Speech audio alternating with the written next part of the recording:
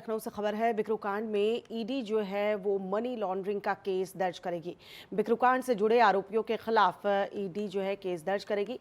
ED के दिल्ली मुख्यालय ने केस दर्ज करने की मंजूरी दे दी है। केस दर्ज होने के बाद आरोपियों की जांच शुरू होगी।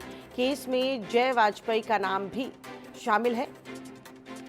कई पुलिसकर्मियों का नाम भी केस में शामिल किया जा सकता है। यूपी सरकार ने इस कांड के बाद जांच के लिए ईडी को पत्र लिखा था। गगन हमारे सहयोगी इस वक्त हमारे साथ फोन लाइन पर जुड़ चुके हैं। गगन, अब जो है ईडी मनी लॉन्ड्रिंग का केस दर्ज करने वाली है, कितनों के नाम इसमें हो सकते हैं? देखिए श्रोता, क्योंकि जब बिक्रू कांड हुआ था उसके बाद जिस तरह से इस सामने आया था कि विकास दुबे का खजांची जय वाजपेयी, उसके साथ साथ कई ऐसे पुलिसकर्मी हैं जिनके पास अपार संपत्ति है, जिन्होंने अवैध तरीके से अर्जित की थी। उन तमाम चीजों को लेकर पहले पुलिस और एसटीएफ ने शिकंजा कसा। उसके बाद योगी सरकार ने एक पत्र लिखा था, जांच हेतु सिफारिशी अनुरोध किया था कि इस पूरे मामले की ईडी जांच करे। अब ईडी को मुख्यालय से अनुमति मिल गई है और जल्द ही कानपुर में एक एफआईआर दर्ज की जा सकती है और ईडी अपनी जांच की शुरुआत कर सकती है। इस जांच के दायरे में खजांची जय वाजपेयी भी आएगा, कई पुलिसकर्मी भी आएंगे, क्योंकि लगातार पुलिस शिकंजा कस रही है जय वाजपेयी पर, लेकिन उस तरह से उसको सफलता नहीं मिल पा रही है।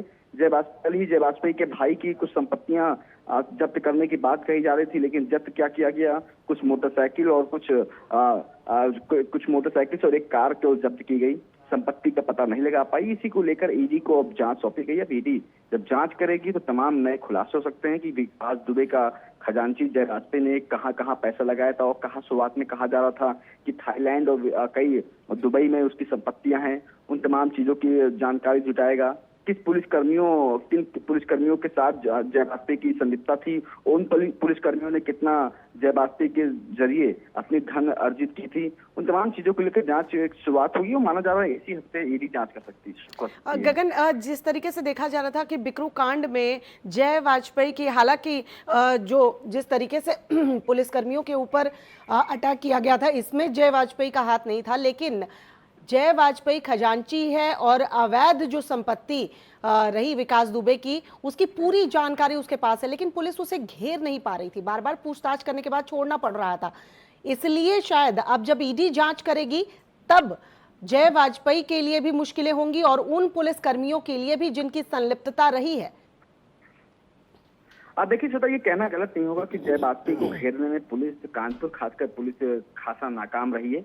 पहले उसको हिरासत में लिया जाता है, फिर सामने आता है कि इसको गिरफ्तार कर लिया गया है, फिर उसके बाद पुलिस उसको बाकायदा उसके घर छोड़ने जाती है। लेकिन जब दबाव पड़ता है, मीडिया का दबाव होता है, खबरें दिखाई जाती हैं, तो फिर से विकास दुबे के खजांची जय वाजपेयी को गिरफ्तार कर लिया जाता है। लेकिन उसकी संपत्तियों को जब्त करने की जो कवायद थी पुलिस की तरफ से, वो नहीं पूरी हो पा रही थी, लगातार फेल हो रही थी। और कल ही का उदाहरण दे सकते हैं कि जय वाजपेयी के भाई की जो संपत्तियां जब्त करनी थी, उसमें क्या जब्त किया जाता है, कुछ मोटरसाइकिल।